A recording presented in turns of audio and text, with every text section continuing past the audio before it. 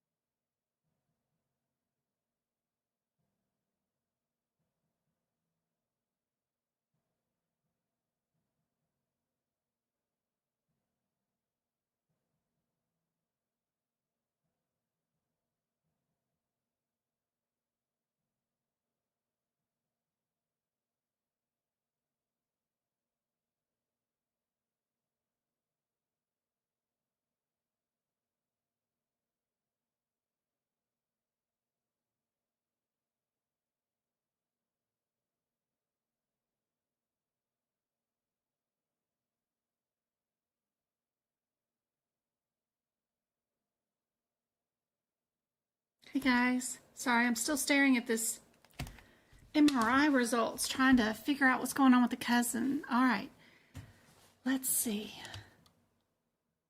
Can y'all hear and see the starting screen?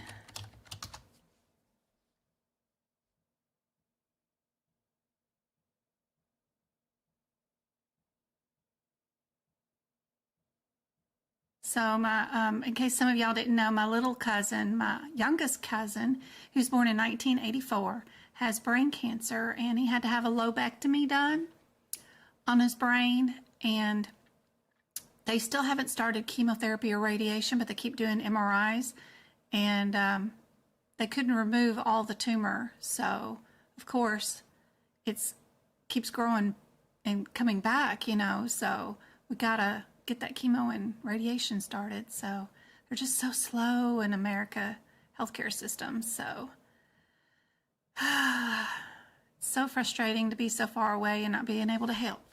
How's everybody doing? Hey Melissa, hey JJ, hey Tisha, hey It's, hey Mabel.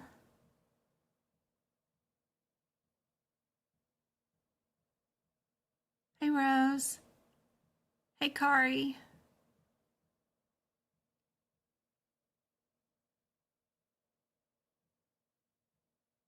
Yep, be sure and join the Discord.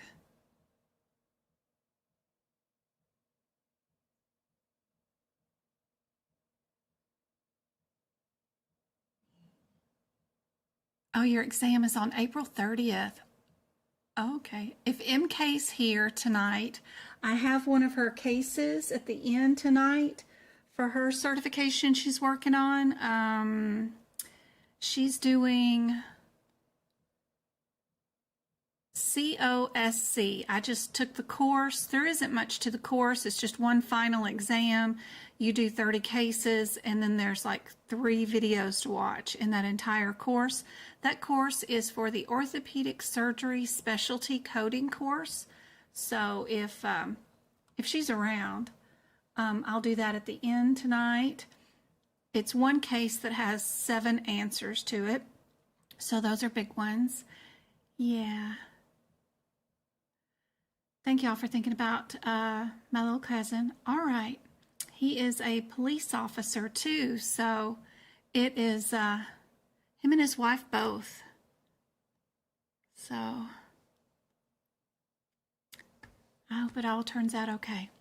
Here is today's first question. All right. Results are the blank component of a service. What word do we give results? Is it interpretation, reporting, technical, or analyzed? What do they call it? You're taking your CCA and your exam with ahima next month, and you missed it by 5 little points. So you got 295. That's a great first attempt, although so sad you have to pay for a whole nother $299 or whatever it is to take that exam again. My goodness, it's so expensive. But if you ever decide to get an AAPC certification, you get 2 attempts with each purchase of your exam, so that's super cool. Used to, back in the day, and when I first started this, like in 2019 and 2020, I heard of people purchasing a course that gave them unlimited attempts at taking the certification exam. Ooh-wee. Wish we had that nowadays. I don't know how a couple of them got that, but that was great.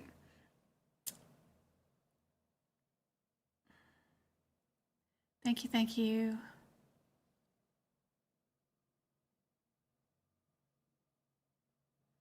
You're taking your exam Sunday, the 21st, Consuela. Awesome. We are doing a workshop on that day too. Hey, Angel.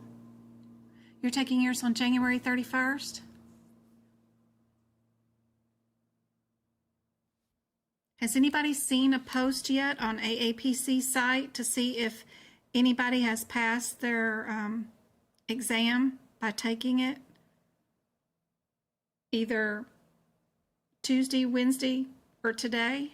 I'm just wondering if anybody has seen anybody pass, because the new exam has only been up like 3 days.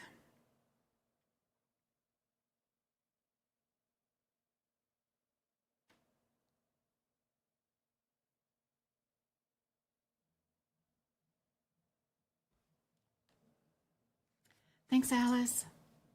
Anybody know what results are? Results are the interpretation.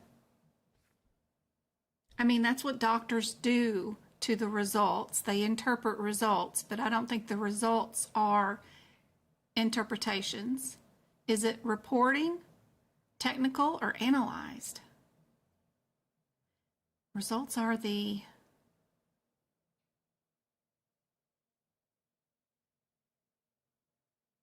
Yes, I'm talking.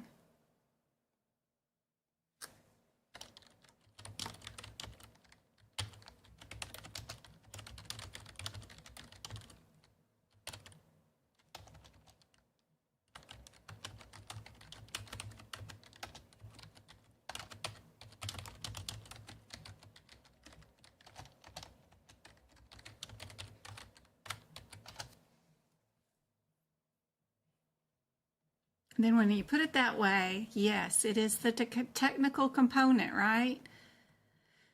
Yes, it is the technical component of the service. Yep, it's just something weird, random. Yay, Shauna, thank you for joining the YouTube membership. That's awesome. I hope those extra videos help you out a whole bunch. What about this one?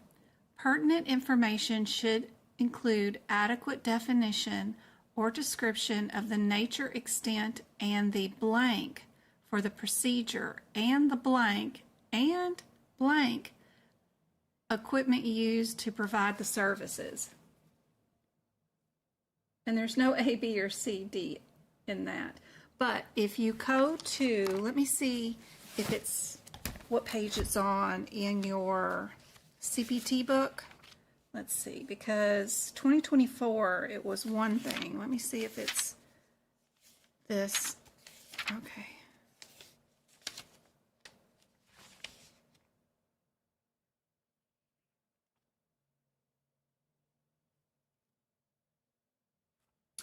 See what it is in 2024 book. XVII,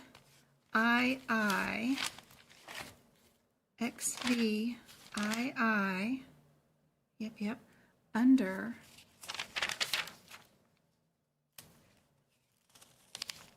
nope, it's going to be on a different page in 2024. So in your 2023 CPT book, this answer is going to be on page XVII, but in your 2024 CPT book, it's going to be on XIX.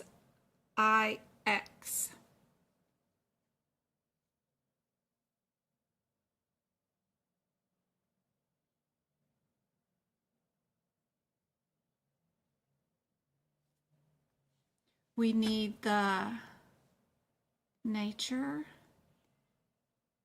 nature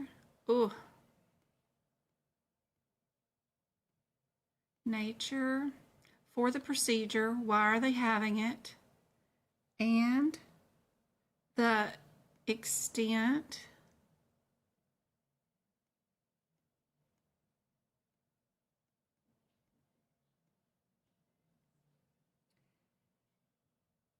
is one of the last things, but we need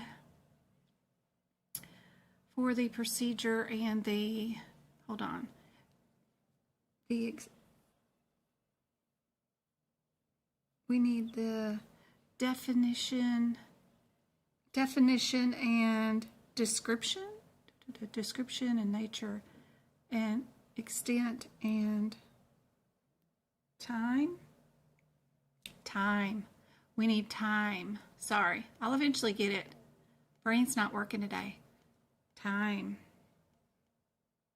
And we need the effort that was put into it.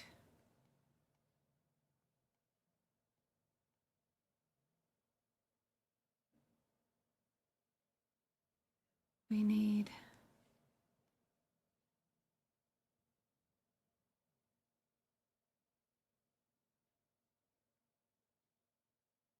time and effort. And we'll put down right here 2024. It's going to be on page XVX.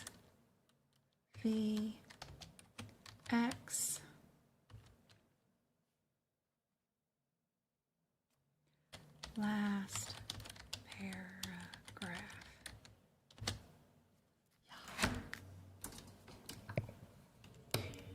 It's under, let me get up that little camera right there under that special report. It's that last sentences right there.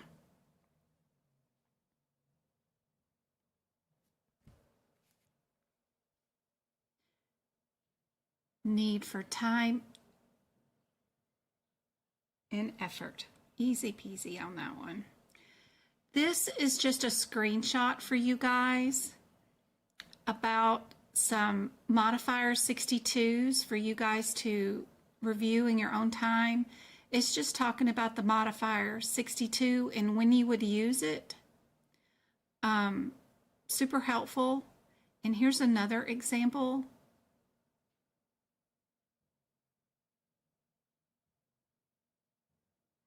When one of them, the difference is we've got primary here, and then the other doctor did just the additional levels. So this one did not need the 62 modifier, where this one does need it. So super cool, interesting ones there. Just another screenshot here of some more examples of this. Let me get it all into one page. There we go. Of the 62 modifier that you guys can read up on later of when to use it, when not to use it. I haven't seen it on a CPC exam, but have seen it on a COC exam. So No real questions here, just some examples of when you can use the 62 modifier. And another screenshot of some acronyms, definitions for you. The ones that I have seen on the CPC exam is NCCI and HIPAA, of course, and HitPix, actually.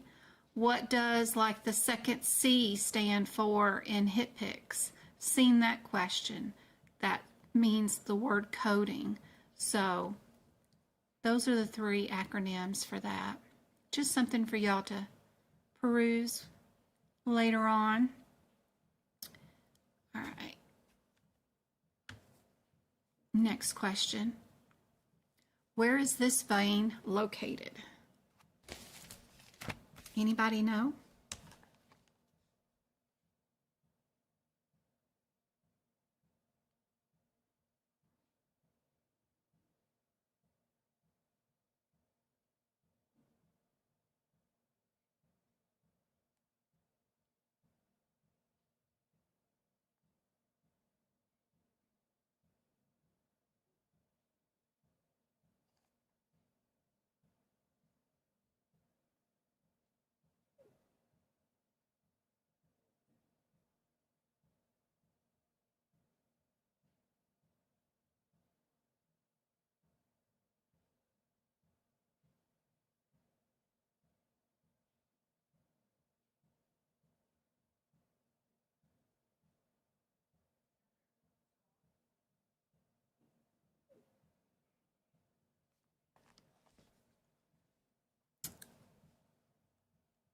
Yep, it's in the arm.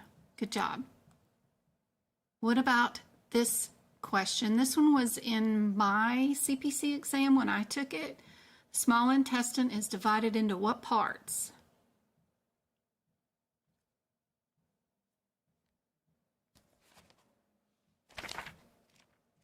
So what I do in my digestive section is I write a whole bunch of notes, of course. But in my notes, I'll write in the different areas of what's inside the small intestines, what's inside the large intestines. Just add it all in here on this little digestive guide. That way I've got it, know where I can turn to get it.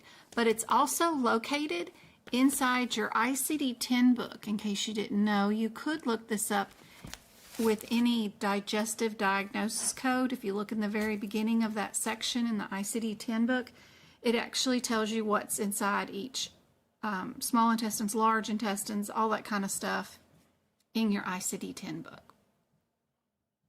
This one is D. Perfect. Good job. What about the upper right quadrant of the abdominal area contains what?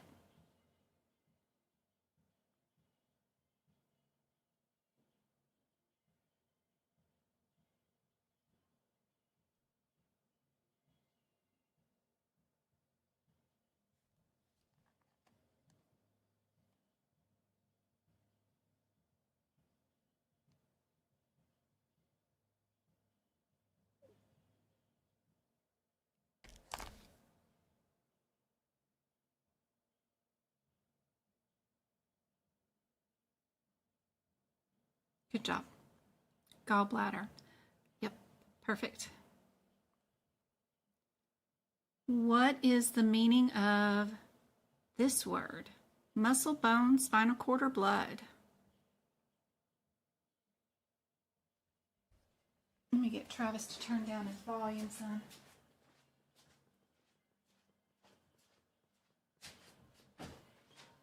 Travis, turn it down.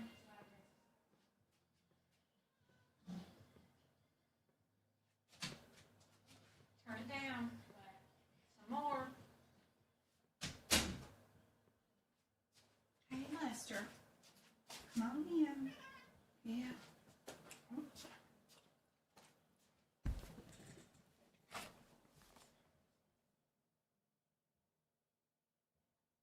Be careful with this one.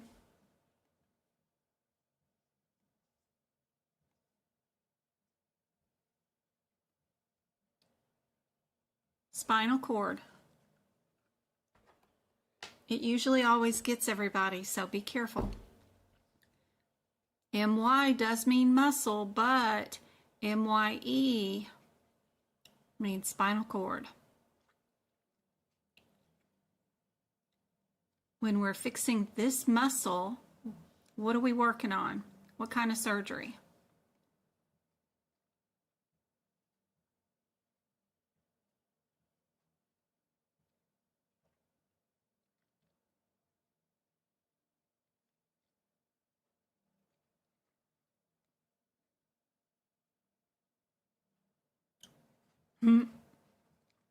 This one always gets everybody too. Look at your suffixes.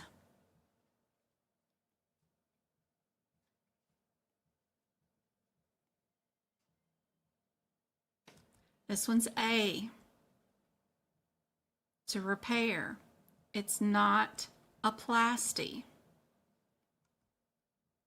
Be careful.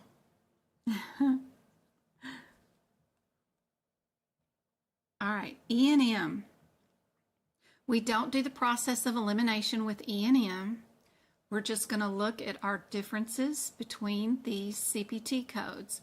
Don't be reading anything of the question yet. If you are reading the question, you're doing it wrong. Be sure and go straight to these CPT codes. What kind of code is 99468? What is that? Can you find the code? Do you know where it's located in the book? Can you get to it within and answer this question in 120 seconds? You know, gotta be very, very fast. Codes are all rearranged, usually out of order.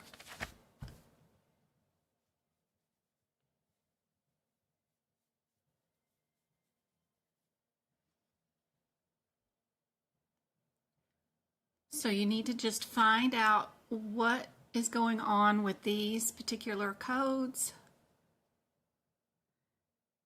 These are all age-based codes, so they're super easy. They're all under the header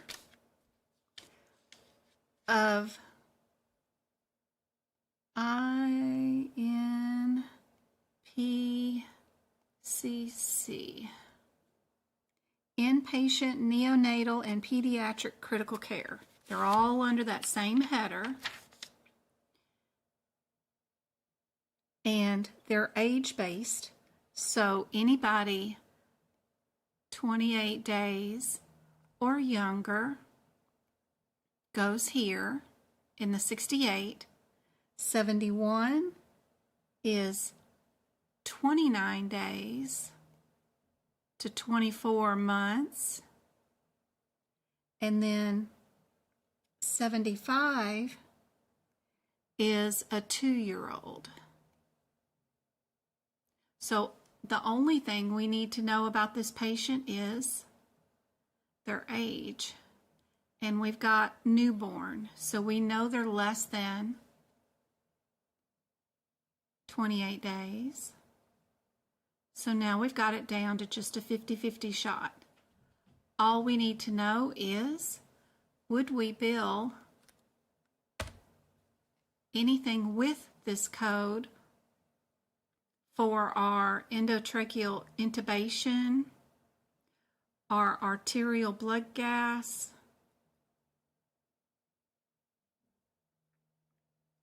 and placing the baby on a ventilator? Do we bill those or not? And that's a guideline question.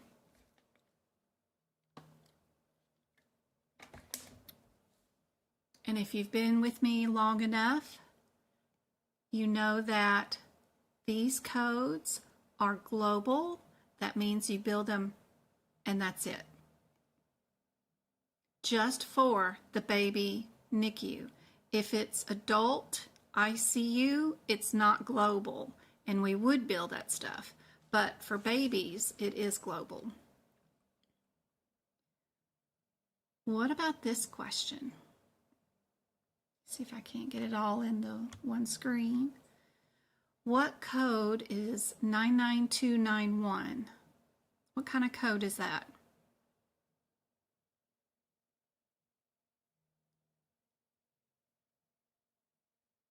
Global means it's all included. Takes care of everything that's being done with that patient, all with one code. Kind of like your orthopedic patients when they are being treated for a compound fracture and they're going into surgery and they're getting all the screws and nails and their bones beat back together in a surgery. And then they also get casted in a cast and splint and all that stuff. It's all included with the surgery. We don't charge extra for casting. So, just global. Yes, critical care, perfect. What kind of code is 99232? What's the header for 99232?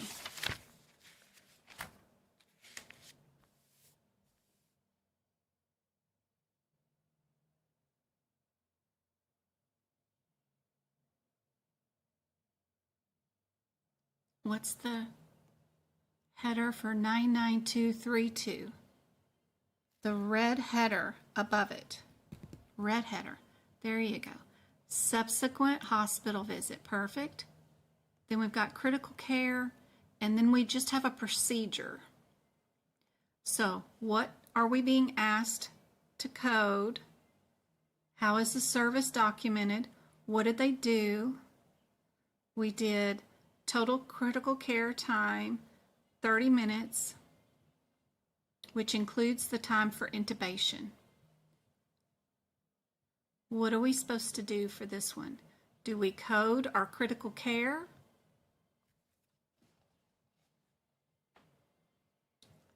Do we code our intubation? Intubation is in 3 of the answers.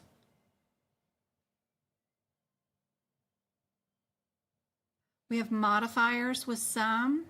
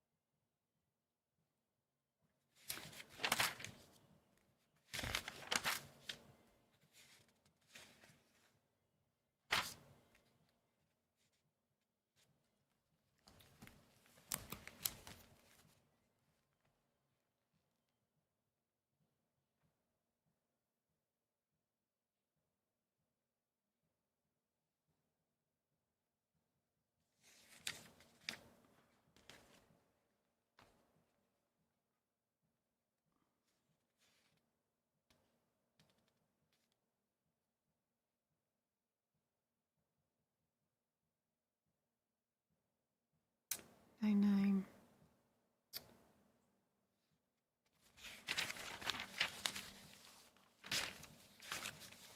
Seeing if I could find you the guideline, but we've got our chart here for this one.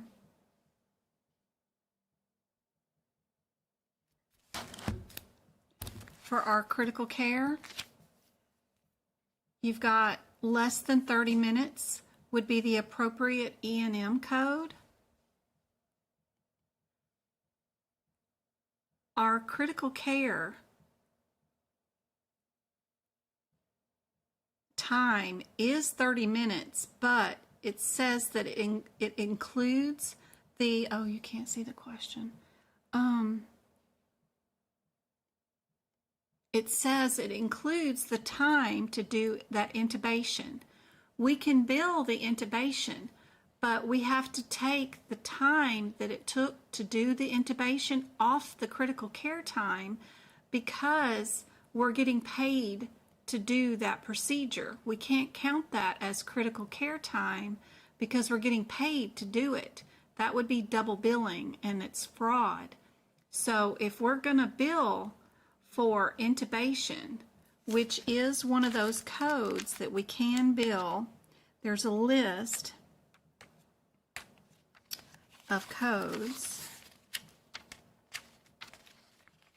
Where is that list? It's right here with our neonate somewhere. Yeah, I know you're here somewhere. Yep. In this 2024 book, it's on page 47, but we can bill from this list of items that are done during critical care. And here is our endotracheal intubation. I wish they'd put this list also over there with the adult code of critical care, but they put it back here with the pediatric critical care. But since we can bill for it, we need to take the time off of it. So if we take even just 5 minutes off to do that procedure, then that means we only have 25 minutes of critical care. That means you can't bill critical care. We have to bill an E&M visit. So now what do you think the answer is?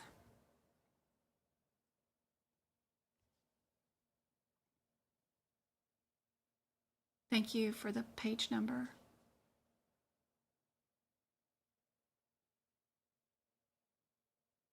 Hey, Diana. Good to see you. And while y'all are answering that, I'm going to throw out some subscriptions for you guys to win. Good luck, everybody.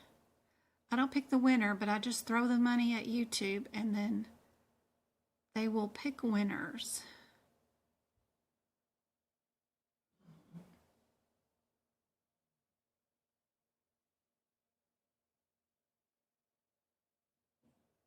There you go. JJ, perfect.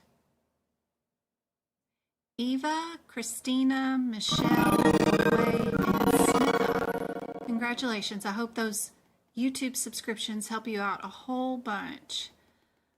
You get access to all my old workshops if they're older than 90 days, the podcast, the old duck classes, exclusive videos that I've been posting. I posted one on E&M guidelines today for just the YouTube members, and all the old replays of the TikTok videos. So, yay. Let's see, what did she say? What page is the chart on in the 2023 book? I think they said page 22. So now we know that the subsequent hospital visit with the trach is what you would bill. Yes. So if you ever see critical care time includes anything else, then you know and the critical care time is 30 minutes, you know right away you're not going to be billing critical care. Anything that says 30 minutes and includes anything else, yeah, you know you're not going to bill it. All right. Don't be reading the question yet. If you're reading it, you're doing it wrong. What headers are these codes? What header, red header, is above the 99253? What header?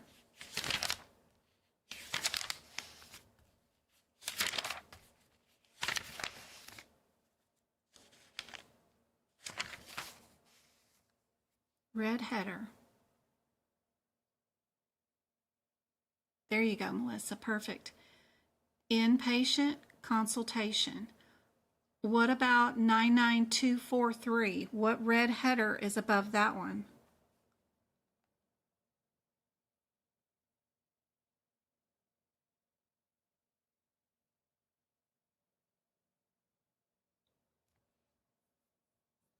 It's an office consultation. What's your red header before the 99222?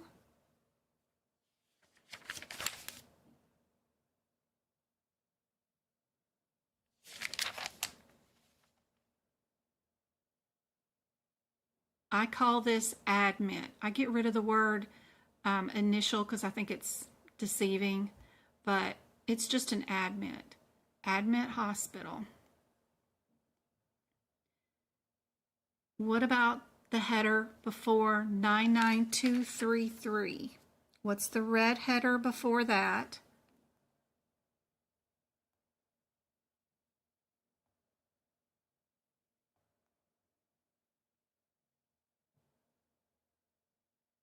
Subsequent hospital visit. I swear one of these days, I've been saying it for 3 years now, I'm going to make y'all some flashcards. But the more that you can remember what the red headers are just by looking at the numbers like this, super helpful. You just look at this 5 and you know right away your inpatient consultation. You look at this and you know your an office visit consultation, that this is an admit hospitalization, and this is a subsequent hospital visit. If you know those by heart, super helpful for the exam. It will help with your timing, just a lot of stuff. I don't like y'all memorizing a lot of stuff because your books are is your Google, but this one particular thing is super handy dandy to memorize. All right. What is our last sentence? Our last sentence is the first thing we read in any E&M question. This is step 1, and this is step 2. Don't read any of this at the beginning. Read the last sentence. What does the cardiologist report? Now you know clearly what you're going to be picking out of all this garbage up here. So what did the cardiologist do?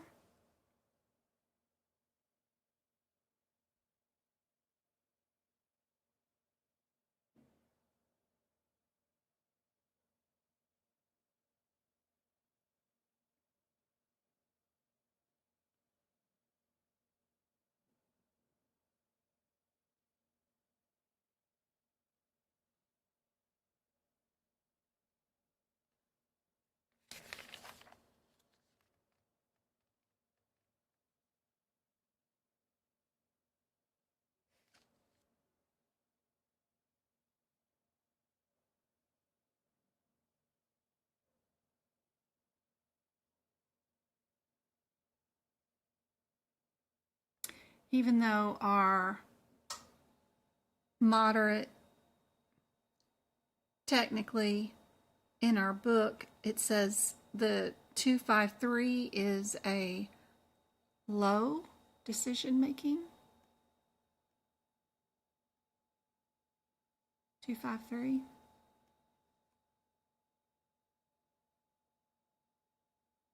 But since it was at the request of her primary care physician, we will get to bill that 253. I'm just not sure why their question says moderate when the 253 says low. We don't question it. We just have to pick our consult code because that's what it is. What about this one? These codes are in the medicine section in the back of the book. Just so you don't get confused and can't find them. I think 60 and 61 are the closest together, so I'd go look up my differences between those really quick.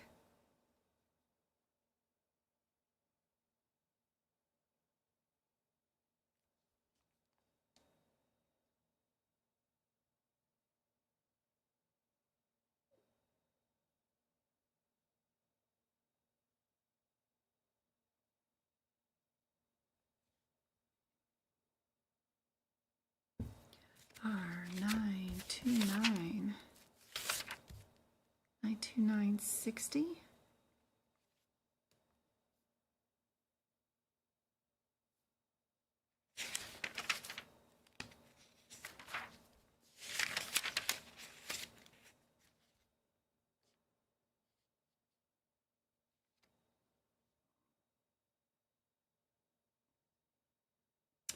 Internal or external?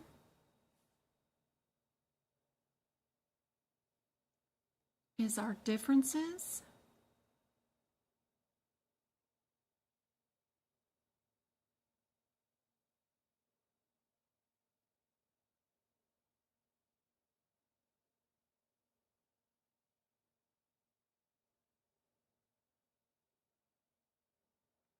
Do we see anything in this particular note that looks like they've got the chest open and they're sticking the paddles internally inside the chest? No, I don't see anything.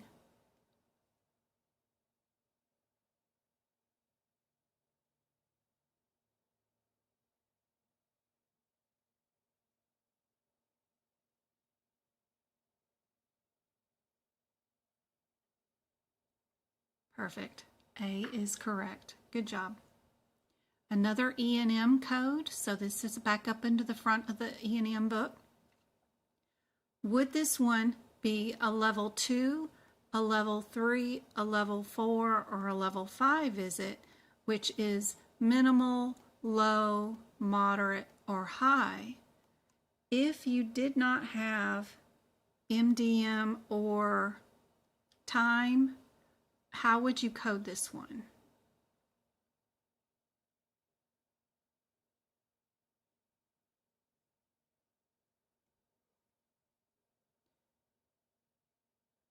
She's here for leg pains. We have 3 elements of MDM. The first element is your problem list. Why did they come in today? Your second element is the data that is reviewed. And your third element is the doctor's risk.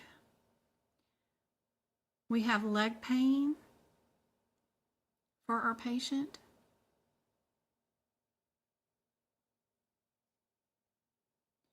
It's our problem. We have a previously ordered CTA, and it did show that they have femoral artery occlusions, some blockage. They plan on doing an arteriogram with balloon plasty and some stent placement. So they're going to go in there and blow up some balloons, raise up the walls of those collapsed arteries, and then stick them up like with tent poles almost. Like if you were camping, you put the tent poles up to hold the fabric up. Something sort of like that. And then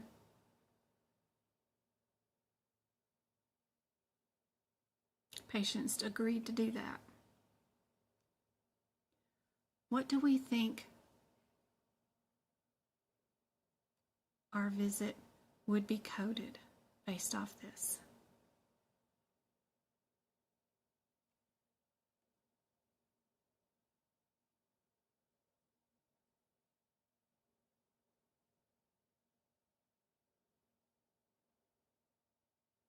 Good job, JJ.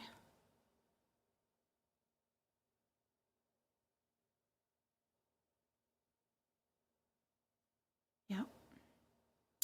So our number of complexity of problems, she has a chronic problem that is exasperated. Her veins are just collapsing all over the place, right?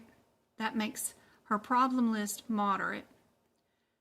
The review of data was none because you cannot use data that you ordered previously on a previous E&M visit, because that order to do the CTA would have been counted in a previous visit as data. Just like this angio is going to be ordered and we'll count it today, but when we bring the patient back in and do results of her angiogram, we won't count that as data because we put it with the previous visit. Same thing with this one. That's why it's a none. And then the risk of complications is pretty moderate. Having a cardiovascular study with contrast, including ballooning upper arteries and putting in some stents, is moderate. So we only need to match 2 of the 3 when it's an established patient. When it's a new patient, all 3 need to be match. But an established patient, you only need 2 to match. And that's how we got our 214.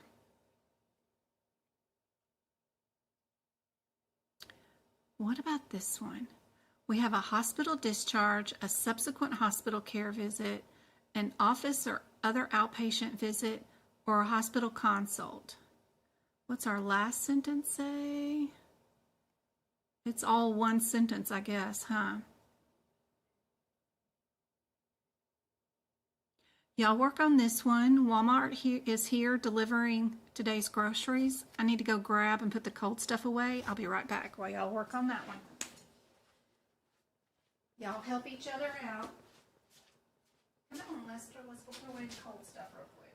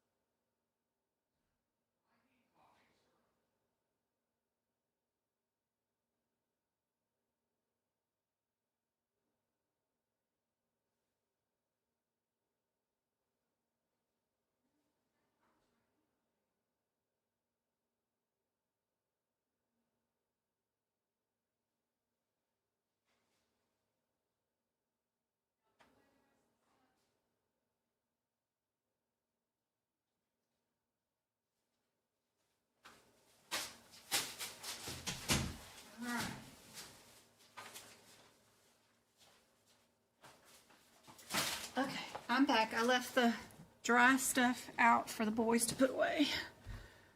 What did y'all get with this one? Lots of D's? Hospital consult? Subsequent hospital care. A physician should use subsequent hospital care. He did not discharge the patient and is not in the same group as the physician who discharged the patient. So, where did y'all go wrong? Let's see. If the physician had seen the patient as a subsequent hospital visit, did anybody read past that? Because if you did, the rest of this is propaganda to make you pick the wrong answer. It tells you right there what the answer is. Subsequent hospital visit. It says, physician has seen the patient as a subsequent hospital visit.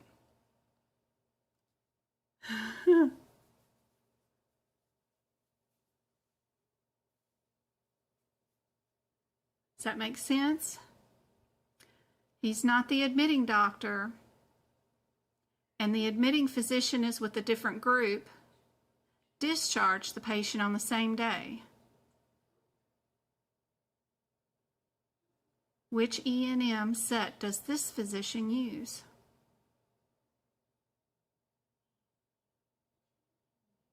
Yep, overthinking. Yep. Don't let them trick you with a bunch of words. What did this physician that you're coding for today do? Saw the patient as a subsequent hospital visit. That's it.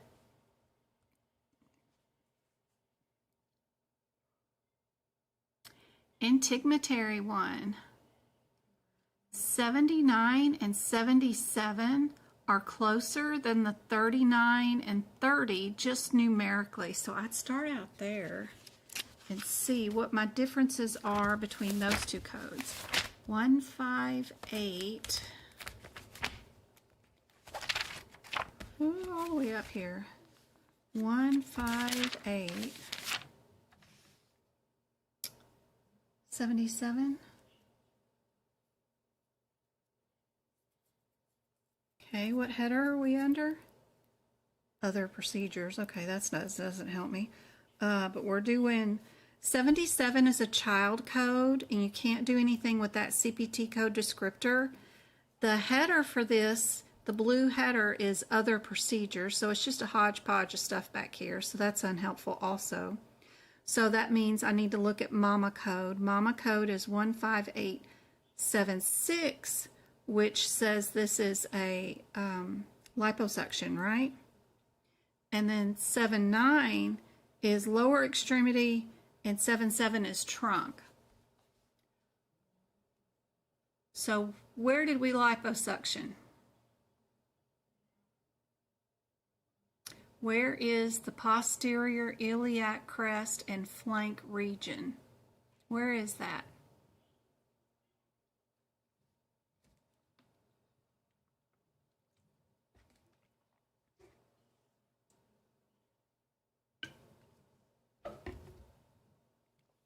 Yep. That's iliac crest is at your hip.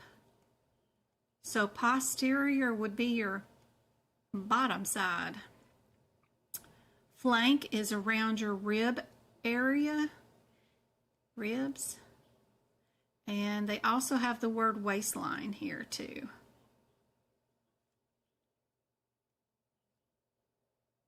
So we know B is our answer. Perfect, guys. Lab and path. I see two with the same answer as 000, so I'm going to immediately want to run to those codes. We'll be in lab and path for a few minutes. Hopefully y'all have got some brain cells left. I know it's getting late, but hopefully this will help. What is our 000? And is that what we did today?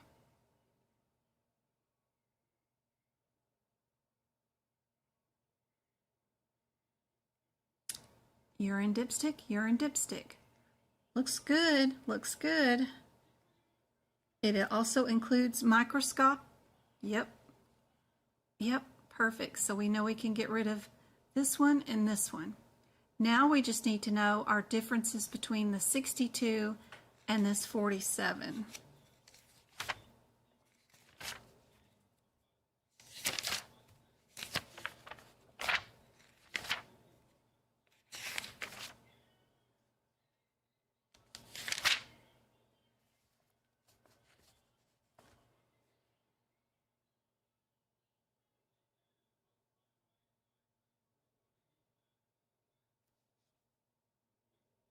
What do you guys think the answer is for this one?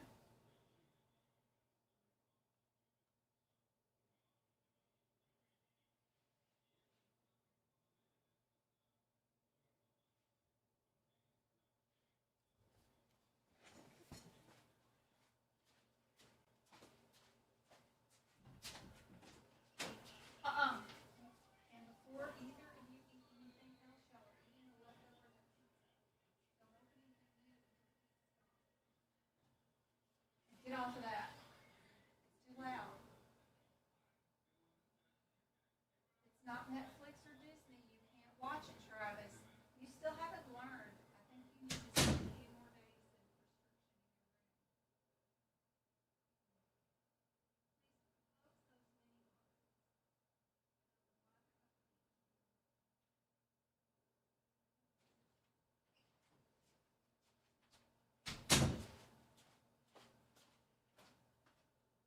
bars. Me and my loud slippers. What did you guys find? Are we 47 glucose quantitative blood, or did we do 62, which is glucose by monitoring device? We did with a glucometer, so that is a monitoring device. Perfect. B is right. Good. What about these? These are all in a row. So I just start with the top two and see if I'm either one of those. 822.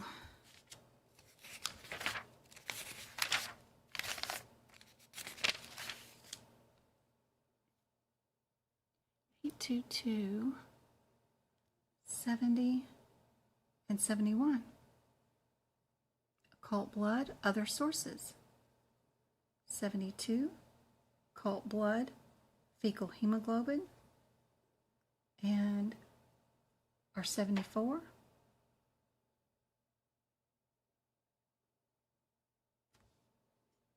And then our 72 is blood occult by guaiac.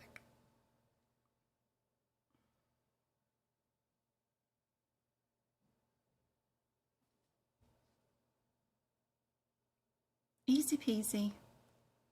Yep, just look for the guaiac. Perfect. What about this one? We've got our 88 O's.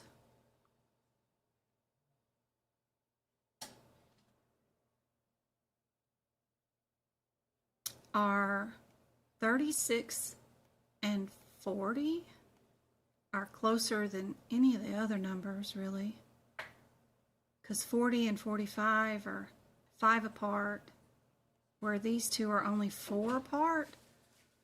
So let's go look at those real quick. 88.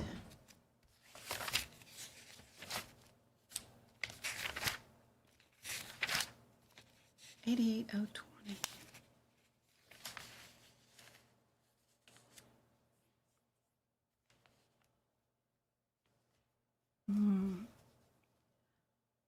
We're doing autopsies. All right, what do you think the answer is?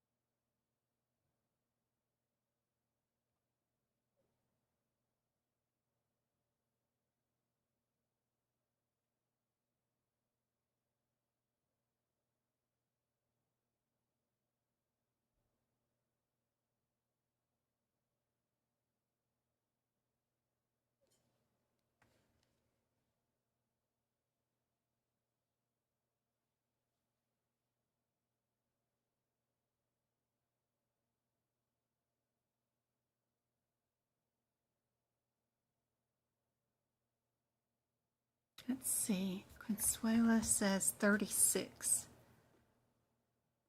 Says limited biopsy and microscopic versus our 36 and our 40. Our 40 is for forensic examination. So who testifies in court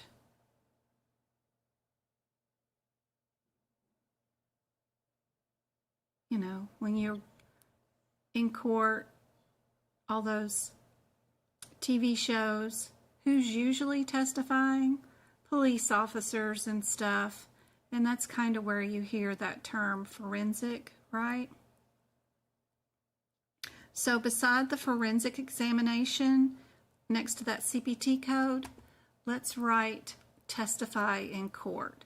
That way you'll know next time that that's the one that we'll use when we're going to testify in court. Although I find it weird, how would you know that you're going to end up having to testify in court on an autopsy? Because I'm sure there's lots of people that get autopsies done and then 5 years down the road they figure out, uh-oh, somebody did something and we need to now have a testify in court. They've missed out on their billing for that. Anyway, let's look up these codes. 883s. The 2-1 and the 2-3, A and D, are the closest. 88, 3-2-1.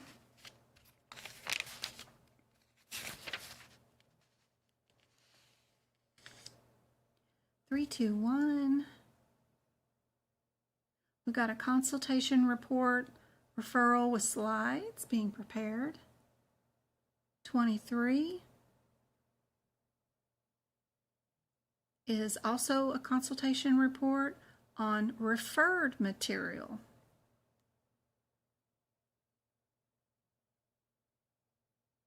Are we doing referred material or are we doing referred slides?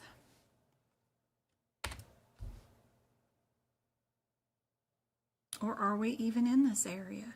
Should we go on to the other codes? Is this where we're supposed to be at? Or do we move on?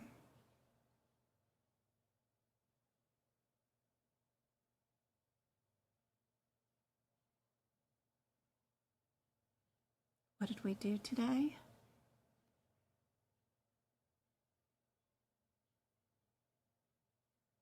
They've requested an interoperative pathology consultation. Is that what we're doing if we're here looking at slides?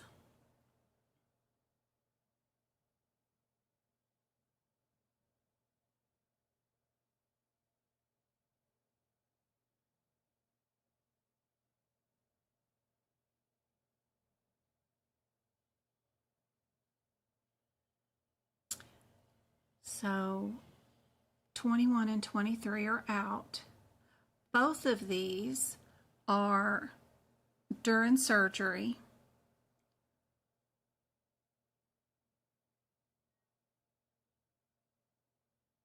What did we look at?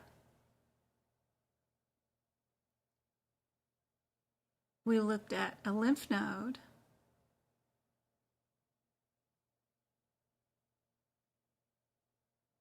Where would that go?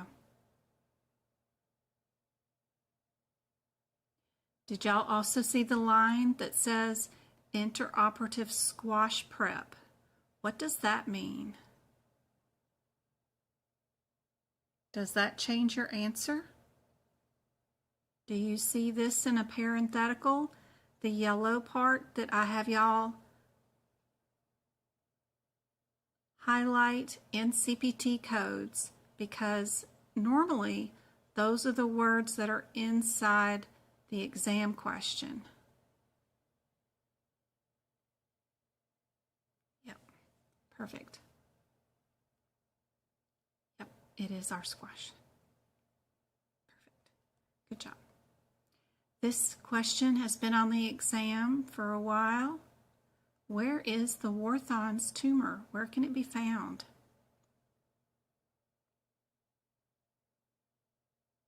I don't know what the exact question is, but this is just one that I wrote up for it.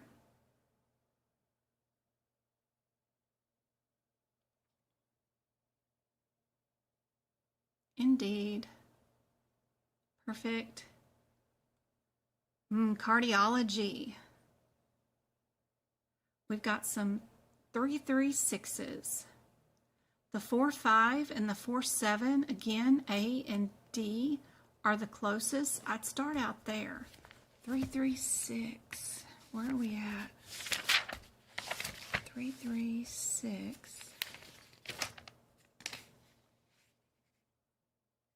45.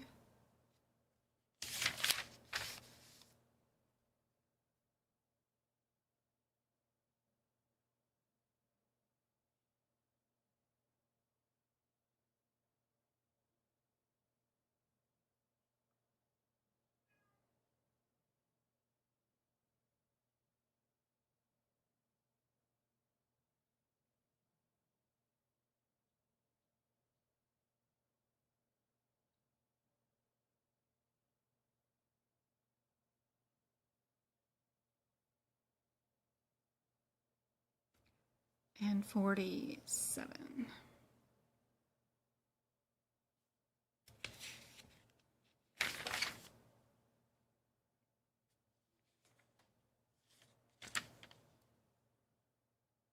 One of them is, here we go. 45 is Venus. 47 is atrial. Oh, my cat.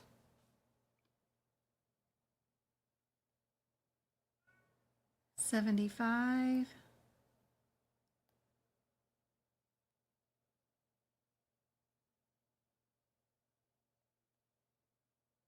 Ventricle. 81. It's ventricular too.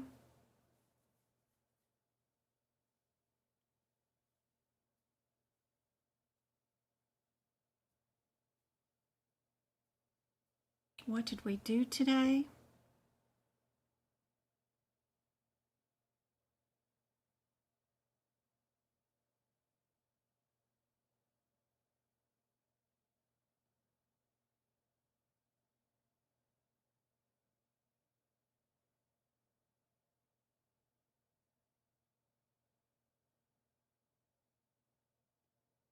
We did a patch. Which one is a patch?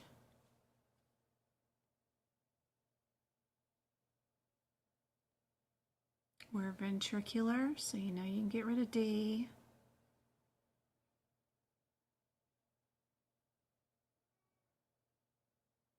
And we did a patch closure.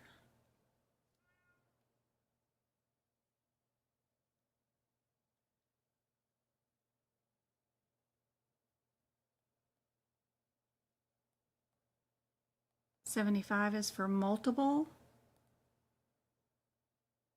81 is for singular.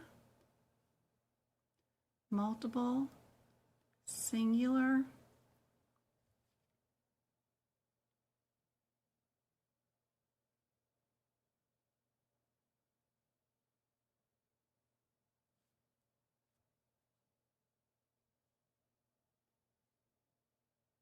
Everything is singular here. I don't see anything that says multiple. Perfect. What about this? When a patient has ESRD, I always say that backwards. What system is affected? This acronym is actually on the exam. Be sure you understand what it means. Let Chloe in. Come on, Chloe. Where are you? Come on. You coming? Come on. Come on.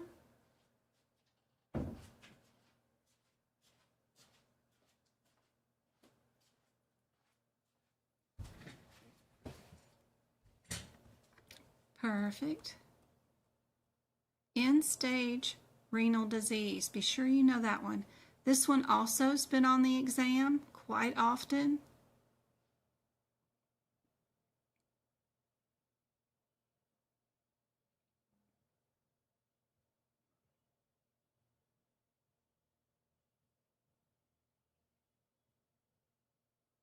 Good job, Padme.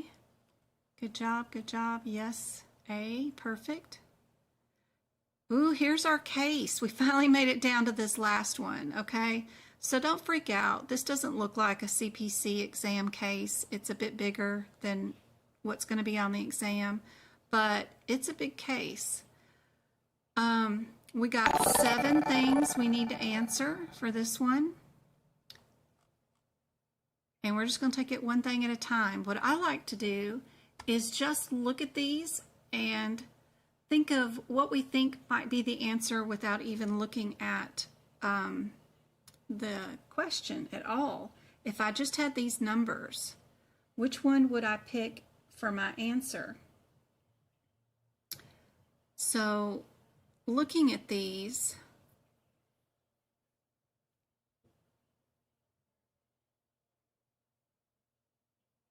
and seeing that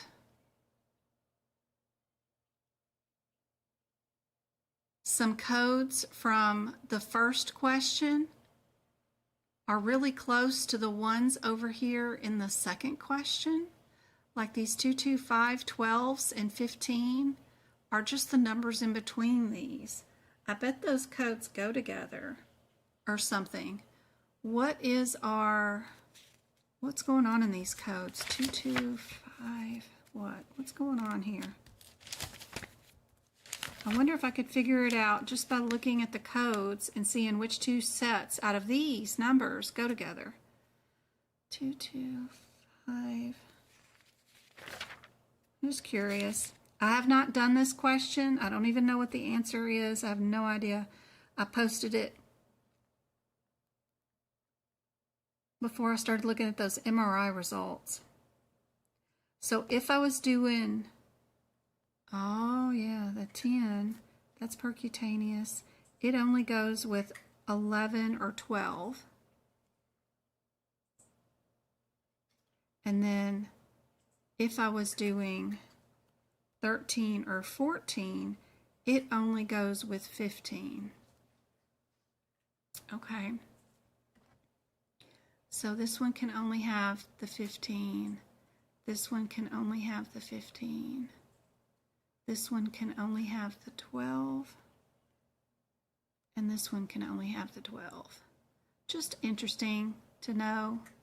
We just need a body location. We need to know if we're lower back, cervical, thoracic, lumbar, where the heck are we? And we'll be able to pick out what the answer is. Also, I know right away, looking at these codes at 2, 2, 5, 10, do you notice something in any of these 2 questions right here that we know we can get rid of the answer because of where we're at in the CPT book right now? Do you see an answer that we can get rid of? I see 2 answers we can get rid of.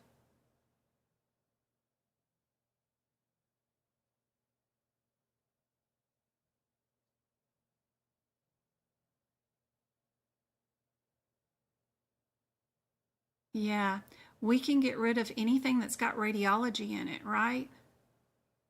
And probably D is going to be wrong too, because we do know that we need to code these 2 codes together. We're probably doing multiple levels. So I would assume we can get rid of C and D. D is kind of a stretch, but at least you know right away C is not your answer. Yeah, so depending on whether you pick 10 or 11, you know the answer over here is going to be B. If we pick 13 or 14, you know your answer over here is going to be A. And then you've got these down pat. Now, no matter what, if we use these 2 codes together, the 22510 or the 22513 or 14 with these 2 codes, would we need a modifier?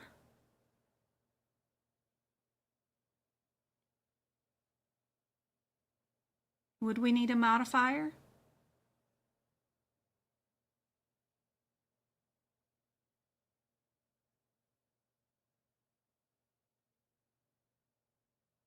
Since these are add-on codes, these are add-on codes. It's asking us if these 2 are the answers. The next question is, what modifiers should be added to the second procedure? These two procedures are add-on codes. Do we add modifiers to add-on codes? Does that help, Sophia? Yep. We know right away our answer for the third question is always going to be none because these are add-on codes. We don't add modifiers to add-on codes. See how much you guys already know without even looking at the question? Promise you guys can do a lot of these without looking at the question. What about our next question? What's the third listed code for this patient encounter? Would it be a radiology code, or do we have another none?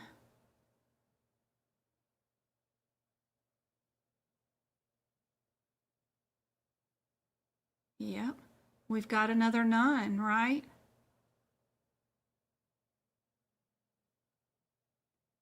Now we still got 3 more questions for this one. Let me scoochie these down. There we go. So we still haven't looked at the question at all, but let's look at these. It says, does the third listed code, which we've already said is none, need a modifier? We just said up here on the previous one, there is no third modifier. So again, I would answer A for this answer and move on. Don't stress yourself. They're just trying to confuse you, so just because it's there doesn't mean you have to code it. Which procedure, now I'm on this question, which procedure code is inclusive in codes for a kleptoplasty or a vertebroplasty? Is it bone biopsies, moderate sedation, image guidance, or both A and C, which is image guidance and a bone biopsy? What do we always do in a vertebral or a kleptoplasty? Does anything in the CPT sections when we're doing procedures automatically include sedation? That's interesting. Anesthesia has its own section, so I would already get rid of this.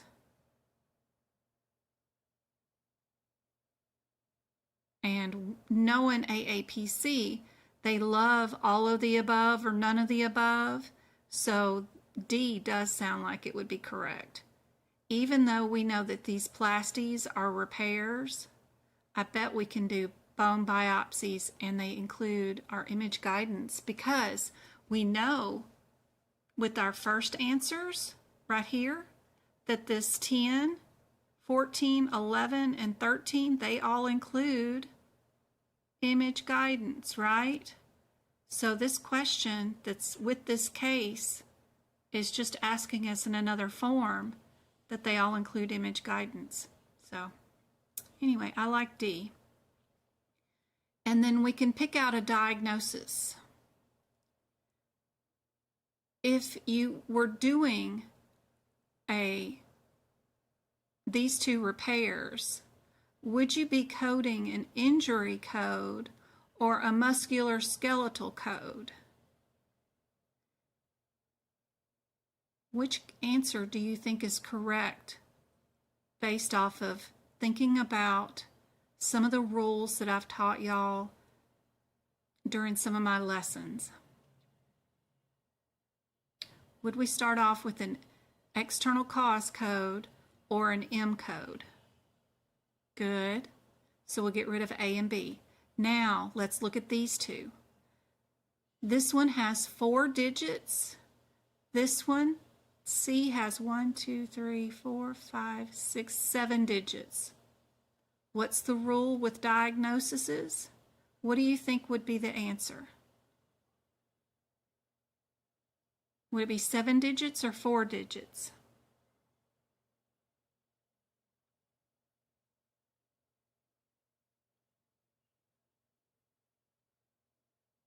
Yeah, I think so too. I think it might be C with the 7 digits. Always code higher with the diagnoses, and then when it's with the CPT codes, you usually code smaller. So again, our differences up here for our very first answer, let's go look again. Are we doing percutaneous or they're both percutaneous? One of them's augmentation and one of them is vertebral augmentation. Are we doing a vertebral augmentation, which has been like a compression of the spine? Or are we doing a repair of a fractured vertebral, which is the 10? So are we 10 or 13? Let's see. Let's check out our question now. We'll check out our question, but so far we've answered. The third question is A. Fourth question is D. Fifth question is A. Sixth question is D, and we've got C as the last question. We just need to answer 1 and 2. We do have lumbar. Good job. And we do have fractures, but there is a difference. We do have compression fractures. So I know now what my answers are to 1 and 2. Do you guys know? I'll let you look at all of them. I think there's 4 pages here, in case y'all want to look at them, but I wouldn't look at anything else. I've already got my answer. I wouldn't need to.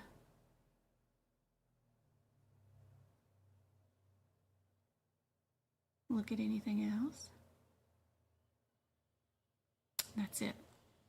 It's all 4 pages. They did some drilling, some ballooning to move that vertebrae back up into place. What do you guys think the answer is now?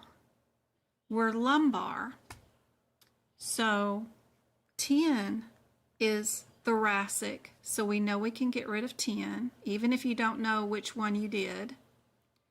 14 is lumbar, we can keep that one. Number 11 is lumbar sacral. We didn't get near the sacral line, did we? It was just L1 to L4. Sacral is L5 to S1. So we know we're not near the sacral line. So number 11 can go away because simply we're just not sacral. Number 13 is thoracic. So we know we're not 13. So that just eliminates everything else. We know we're 14. We know that 14 can only go with number 15. So we know we have to get rid of B. So now we've got our answers. B, A. Ooh, I gotta write all this down because I don't know if I'll remember what we wrote. Okay. We did B, A, D, and then we did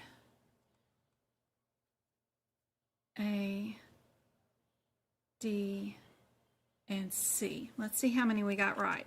And we only looked at 4 words of this whole case, and we knew how to answer 7 questions on the case. That's crazy. Here's our answers. We've got B correct. We got A correct. We got none, none, and none. We got D with the A and C, and looky there, you got your C correct without opening a book besides the CPT one. Pretty cool.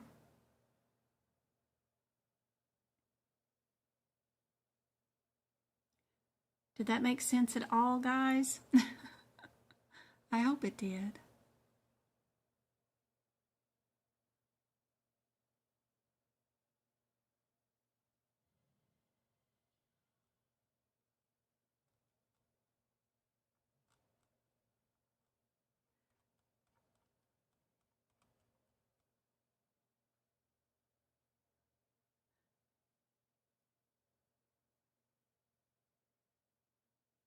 Yep.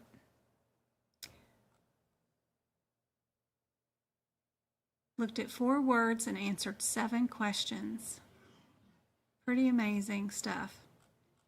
You may not know a lot about medicine or what's going on or how to code anything, but when the questions are multiple choice like this, you can pick out the answers. Definitely can. That's awesome.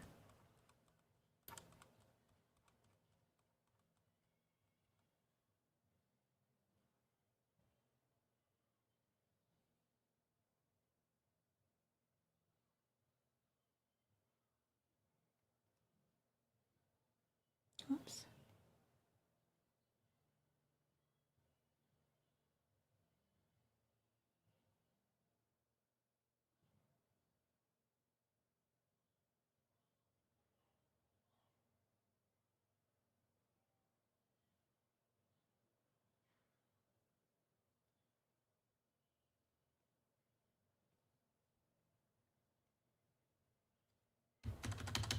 One other area that's sometimes on the exam that I haven't gone over in just a little while is this fraud or abuse if you are intentionally billing a service not provided?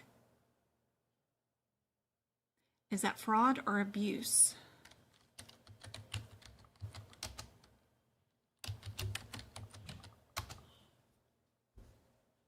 Yep, it's fraud. Good job.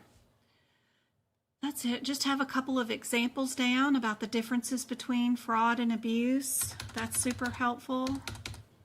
Don't forget about the NCCI, HIPPA, and HIPPICS, HCPCS.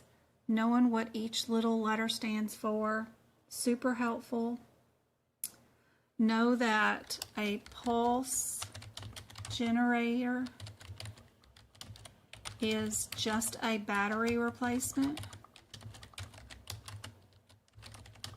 That's super helpful for the medical coding exam. Any removals of lipomas or masses are done in the 20,000 section. They're not done in an integumentary. Cyst, abscess,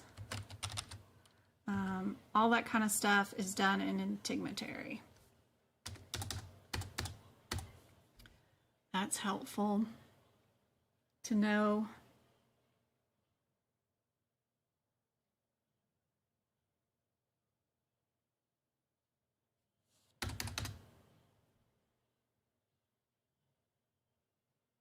Trying to think of anything else off the top of my head.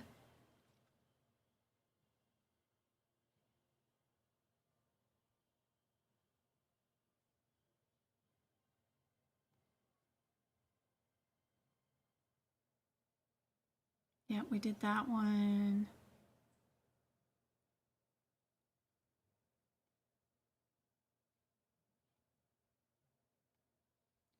What about this one?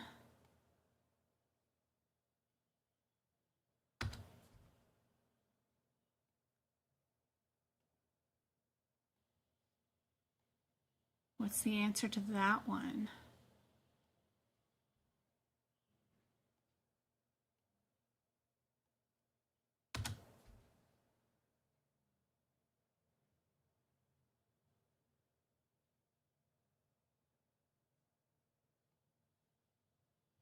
What do you guys think? Yep, hip bone is correct. Perfect. Perfect, perfect, perfect.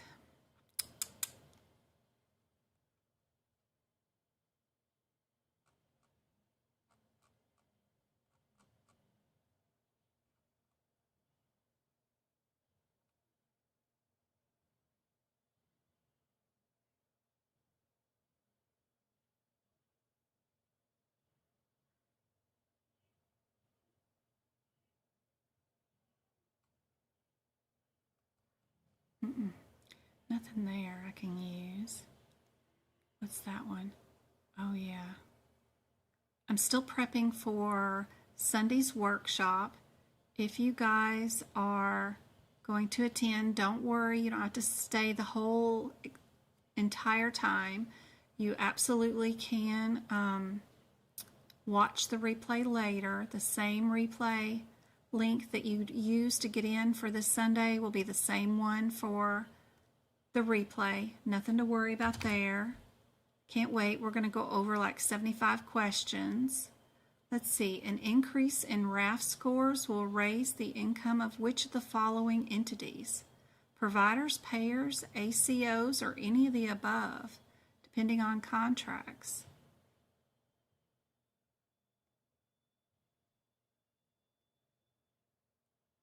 This is a CRC question, in case anybody wanted to ever take the CRC exam. This is one of the ones that they do. RAF scores are for HCC, which is part of CRC program. What is AAPC's favorite answer? Yeah, don't think too hard. You know, even if you don't know the answer. Yep, D, any of the above. They love that answer for some reason. My techniques work. It's just you might not have a lot of faith in them. It's just funny how some of them really work really well and then some of them may not. On every single solitary question.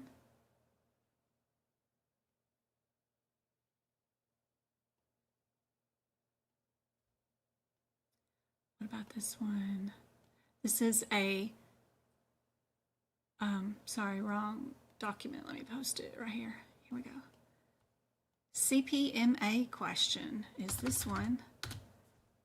Which governing body takes care of HEDIS measures? I talked about this last night on the TikTok Live. This is a CPMA question.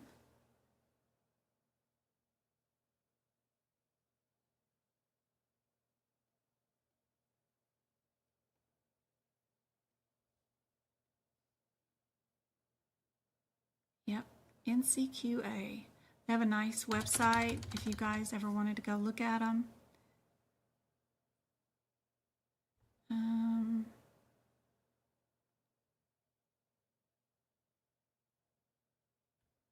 Yeah, I'm working on a coding worksheet for diagnosis codes to help you guys out if they ever do change the CPC exam, how to go find an ICD-10 code if you don't have A, B, C, or D. So that's working on that.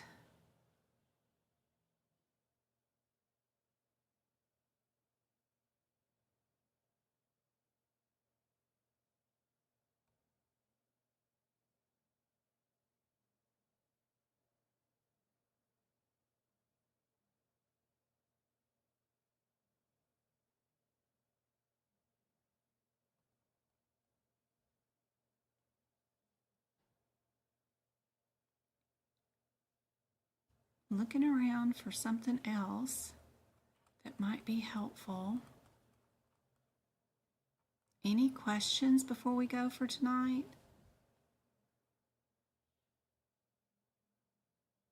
Oh, where is my eraser for this one? This is a good one. Let's switch this one to, where's the word? Switch it to that one. I did this one in the last workshop about the NOS and NEC. It seems to confuse a lot of people.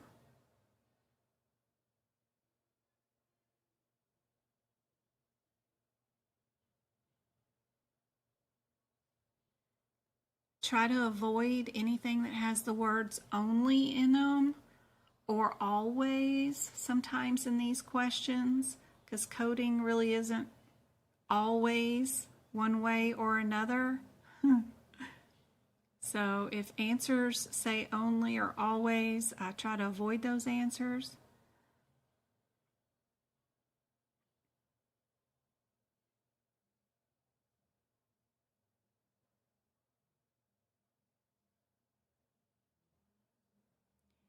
NOS means it couldn't be located,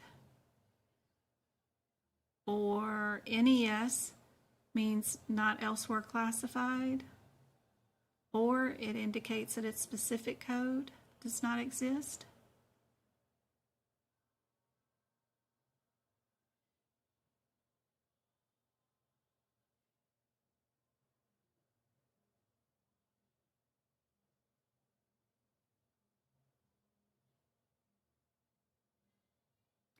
Nine nine two nine one with a 99288. 288. Why in the heck would you do that?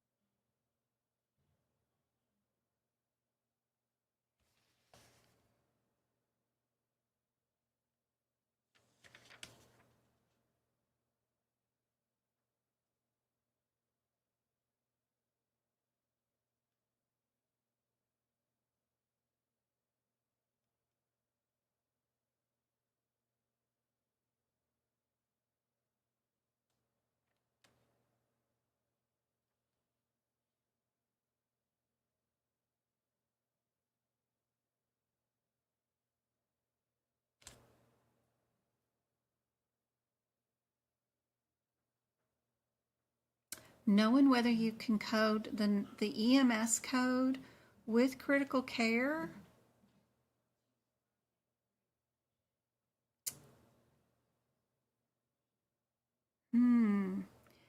That would be based off payers' exclusions. I'm trying to think of a scenario where if you're directing EMS with advanced life support,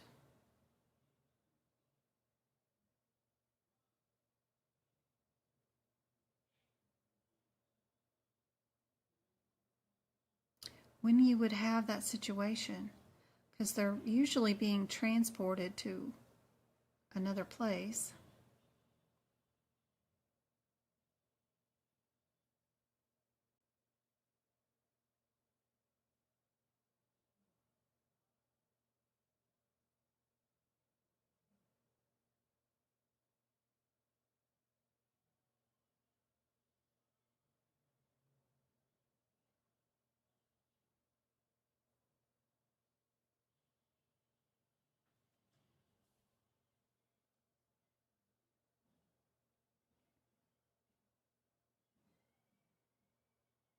H50, let's see.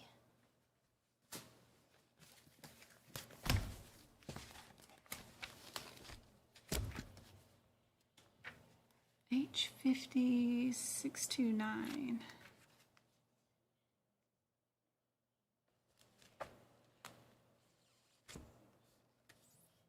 Doesn't look like it's new. I don't see any new. Oh, yes, it is. All the 6.2s, the 6.3, 6.4, 6.5, 6.6, 6.7s, 6.8s are all new. There's 4 codes under each one of those new numbers. They're just going through the different muscles. 6.2 is oblique. 6.3 is rectus. 6.4 is lateral. 6.5 is medial. 6'6" is superior. 6'7" is also superior. 6'6" is superior oblique, where 6'7" is superior rectus, and then 6'8" is extraocular. Excellent area to add new questions for the CPC exam for sure for 2024. If they were going to give you any new codes, that would be an excellent area, including the one with all the new headache codes. But yeah, that's a good page. Definitely a good place to write in those new codes for sure.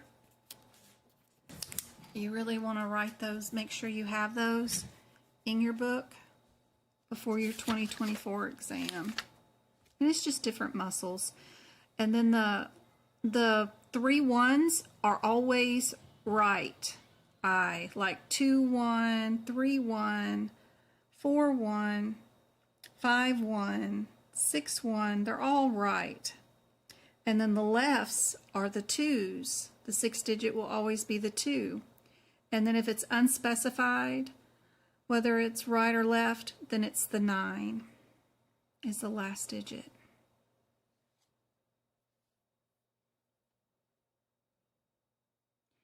This is some of my info on the NOS and NES and how I keep them straight.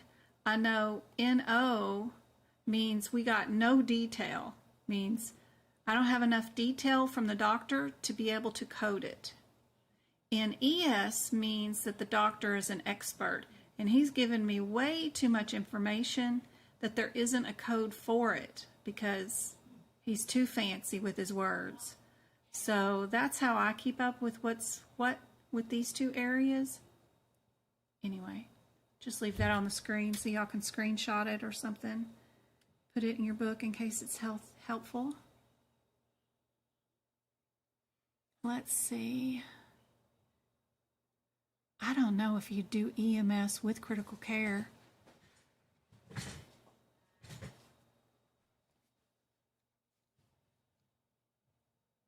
You might include your time with the 91.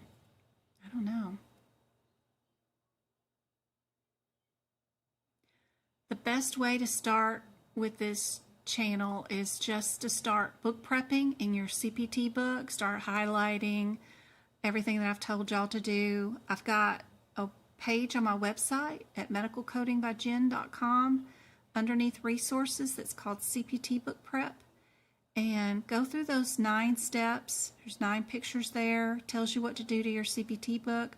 Just start highlighting and doing the things that I've said to do. And continue watching videos. Just jump in and practice questions. Keep making your notes. And don't worry. Just keep at it.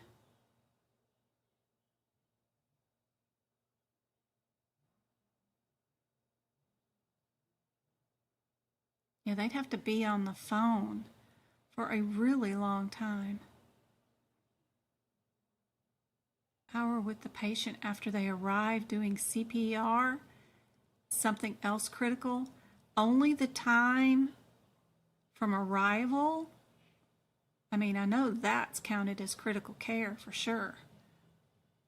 So if they spend an hour with them doing critical care CPR, that's all critical care. It says 30 minutes spent on EMS.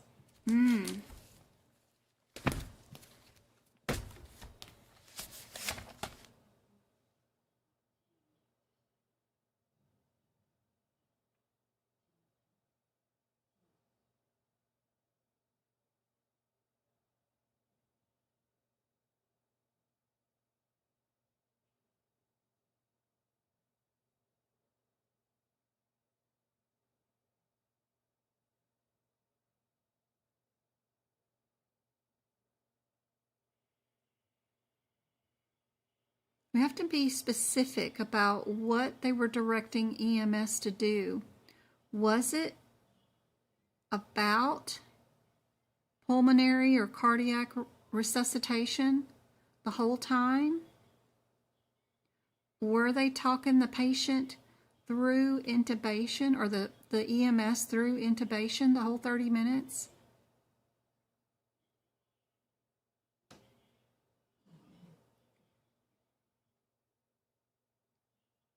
If the doctor was reading other charts or reviewing other labs on other patients while listening or directing the EMS, then I know you can't. Depends on the question. Very interesting.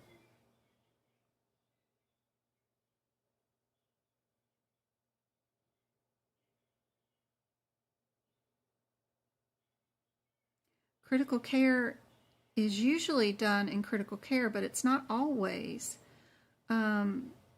Critical care can be done in any area, such as a coronary unit, intensive care unit, a pediatric intensive care unit, respiratory unit, or emergency care facility. So the location doesn't much matter, according to the guidelines. Interesting. I'd have to think about it.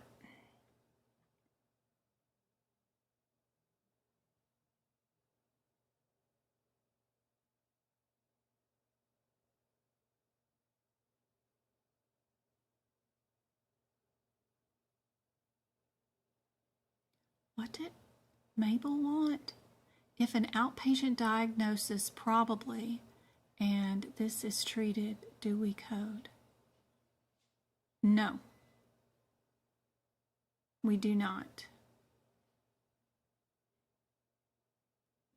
We do not, Mabel. I know that one for sure. I think it was intubation. It was all direction.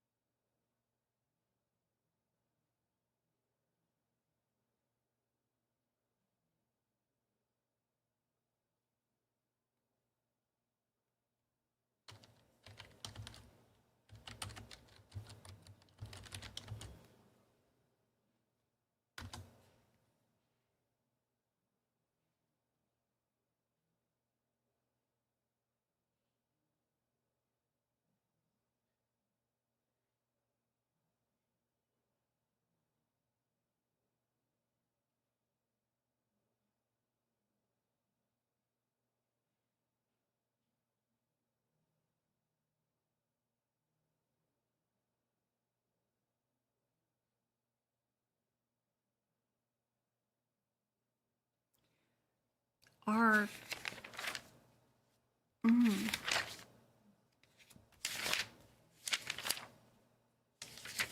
ones. I need to go back here.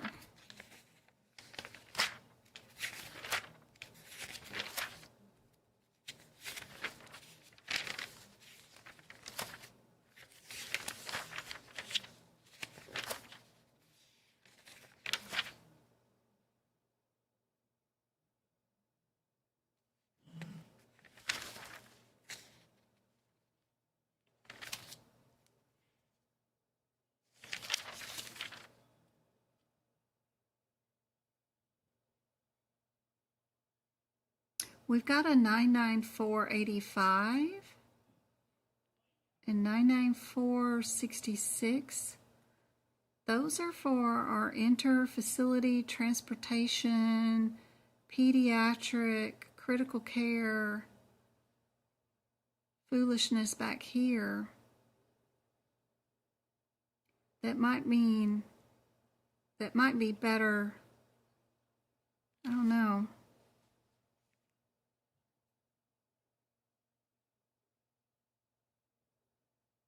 I've got a book on dictionary down here with all this E&M stuff. Oh, this Coder's Dictionary thing. I bet I could find that situation inside this thing, but it is behemoth. It is, I don't know, 900 pages long. It discusses a ton of situations of E&M guidelines and about transportation of care. That's how I found the one about pediatric NICU being global.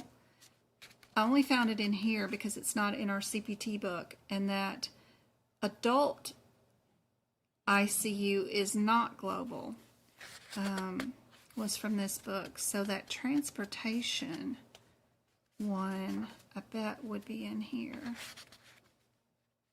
It's just a matter of finding it. I should have gotten this in an electronic format so that I could do a word search on it. Having it all in print means you have to slowly or happen to find the code you're looking for with your eyes. This one's crazy. It's put out by AAPC. It's some Coder's Dictionary reference guide. It's a nightmare, but it does every once in a while have a snippet of information that is super helpful. Every so often. This is some of the critical care here.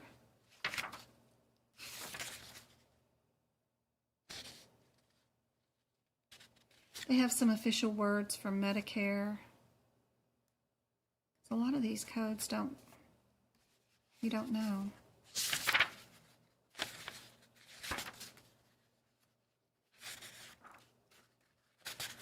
You've got competing guidelines with Medicare versus commercial, because none of it's universal, none of it talks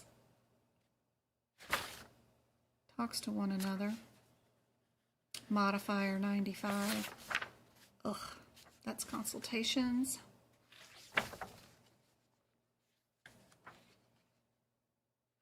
Critical care adult. We're looking for critical care pediatrics, right?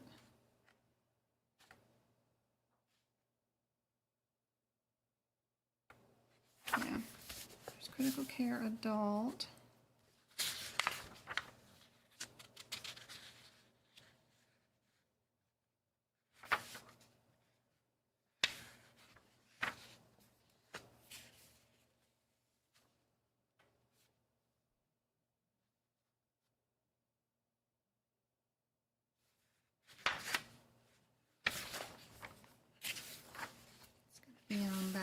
Be on back.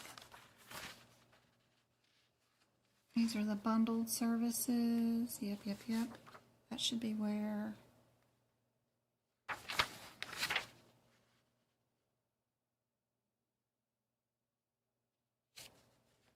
Some more codes about intensive care.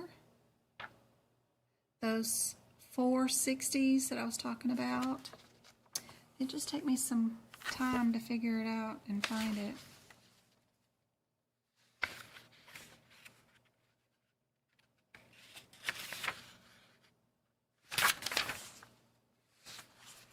What was that code? 488, I think it was.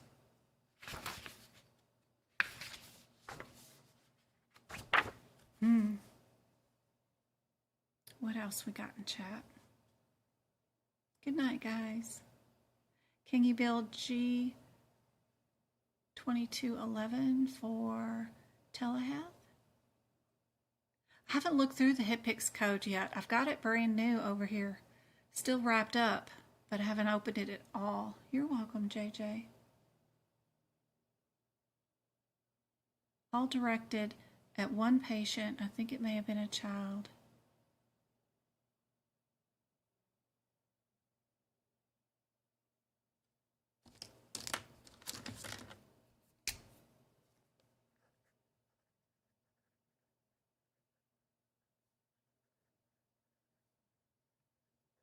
I don't know about the bone score. Nobody has said anything about that being on the exam.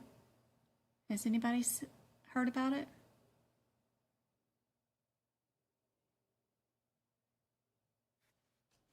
Good night, Jordan.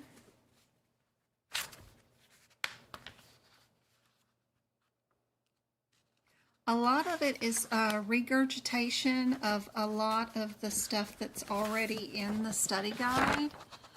Like the very beginning is just medical terms and glossary. It's just a glossary of terms in no real particular order. And then you get through all that. There's a ton of acronyms. And then prefixes. And then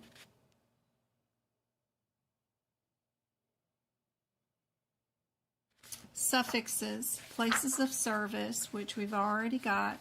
Then it's got all the anatomy pictures all over again. Same pictures as already in ICD-10 and HitPix. Before you get to anything, that's the first 400 pages. It's just regurgitation of a lot of things.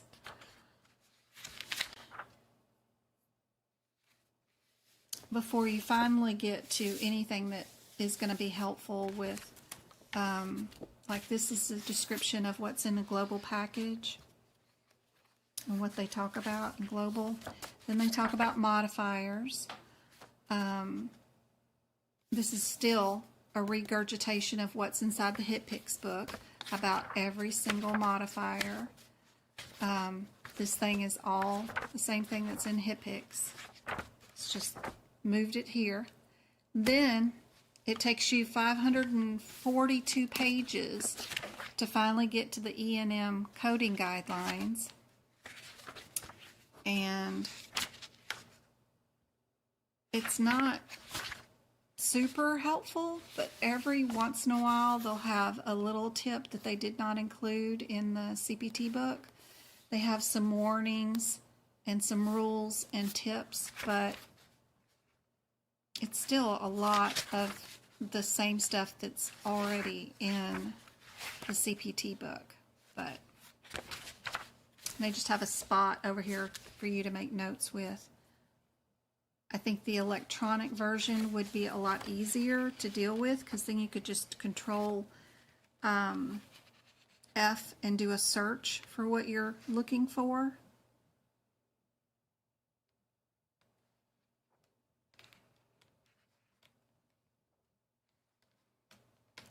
I don't know where the ambulance one would be in here, if they have it. Some codes they don't say anything about. It's not every single code. I think the closest they get is to this right here. They may not mention it at all.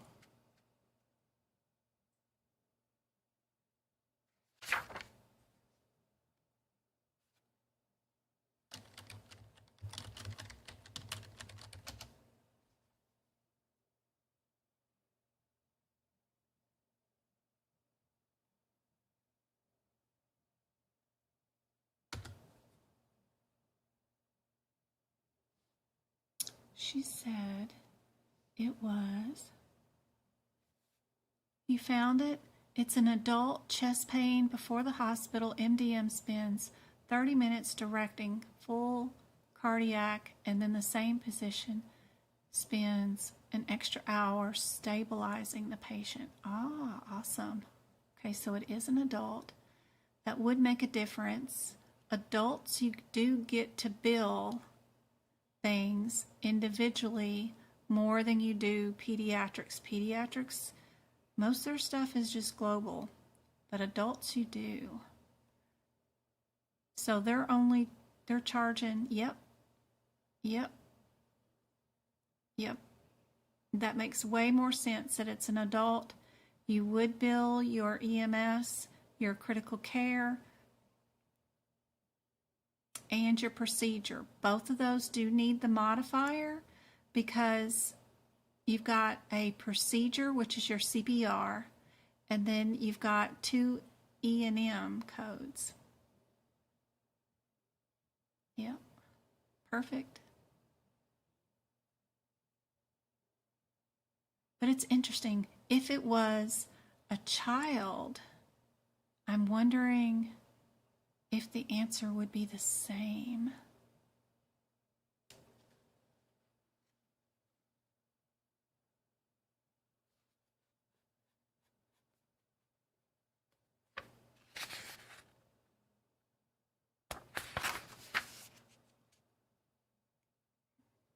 You know, like a near drowning or something of an infant. I wonder if it would be the same answer.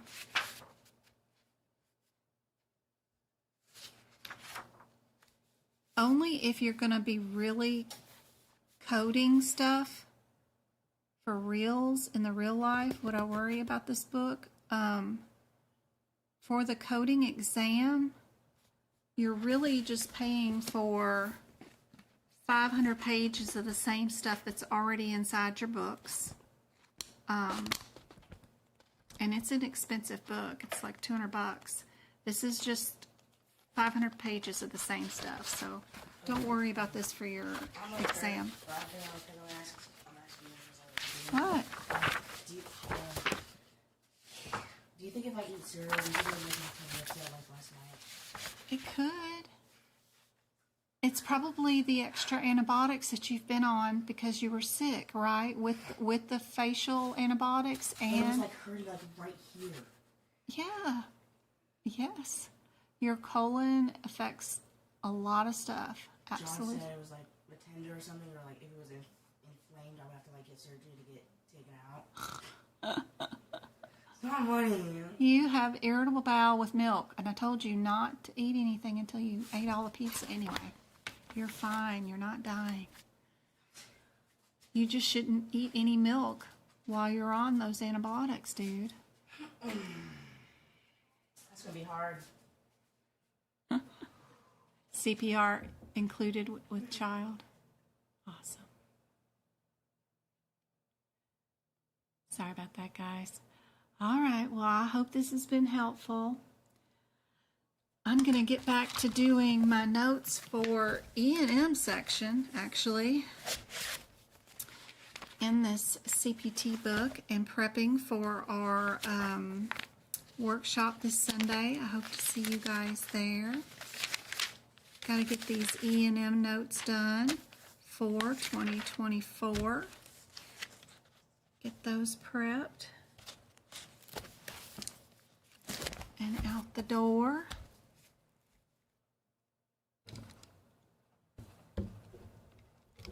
But I hope all the questions for tonight have been super helpful. Those new codes for the eye muscles is an excellent spot to add to your 2024 ICD-10 book if you're going to take the exam. Thanks, Christine. That's awesome. Let's give away another membership or two to the lucky ones that are still hanging out here listening to me chatter over nothing for 20 minutes. I know that was boring. Let's see who can win a membership. Are you the loyal locals that are always here? There we go. Lynn just won one, and who else? Heather. I know she was wanting one. That's awesome. You're nervous about your exam, just trying to do practice questions and listen to you on YouTube all day. Aw, that's awesome. Just don't forget about December's workshop. It's on there. It's free for everybody to listen to. So even if you don't have a membership, you can watch that one. It's got a lot of questions in there. And there's one from April that I gave away last year too.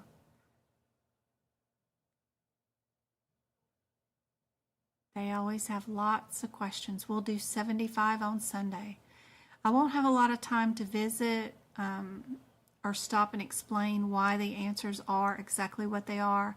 I'm just going to go through so that I can get through them, you know, in 120 seconds each question and show you exactly what's going through my head if I was doing these questions like I was doing an exam. I don't get all of them 100% correct. We get about 99% of them correct, but I will have all the correct answers down there for you. But just while I'm doing the exam, you know, everybody makes mistakes. I am human, but it's fun to do them together, you know, to see how many we can get right. So I show you what's in my head, what I'm thinking about, and how I do the process of elimination, and how I look for similarities, how I recognize the coding irregularities, and I work on bringing you new questions y'all haven't seen before too, so it's super helpful. Yep, they are free. They are always free on the, if you go to my YouTube channel and you click on the workshop playlist, some of them are under the paid membership, but always the December and the April ones are always free. So everybody can see those. So you don't have to have a membership to see those. All right, guys, I hope this was helpful. We'll be back on TikTok on Tuesday to do 2 hours of book prep, and on Wednesday, and then we'll be back here on YouTube to do more practice questions on Tuesday and Thursday. I hope to see y'all there, and best luck and wishes to everybody who's taking their exam this weekend. I know somebody's taking it on the 21st. I can't wait. See what we've got coming up on it. See if it's changed any at all. All right, guys, I love y'all. I will see you guys later.